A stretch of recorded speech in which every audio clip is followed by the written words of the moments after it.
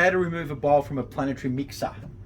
First of all, you lower your mixer down with your lever, so your bowl's dropped.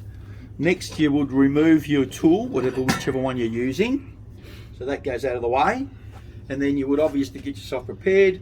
You'd lift it off the, pardon me, you unlock it, of course, otherwise it won't work. Then you lift the section out and it just pulls out.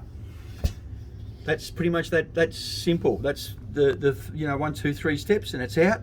There is a little guide at the back where it has to sit so it keeps it level. So when you're putting it back in, you would line up your guide to the rear. Once you've got your guide in, it may need a bit of gentle persuasion to put it back into the arms. Lock the arms in. Place your tool back in that you want to use. Like so. Lock your tool in and then raise your lever again. Once you mix, shut your cage and you're good to go. Hope that helps.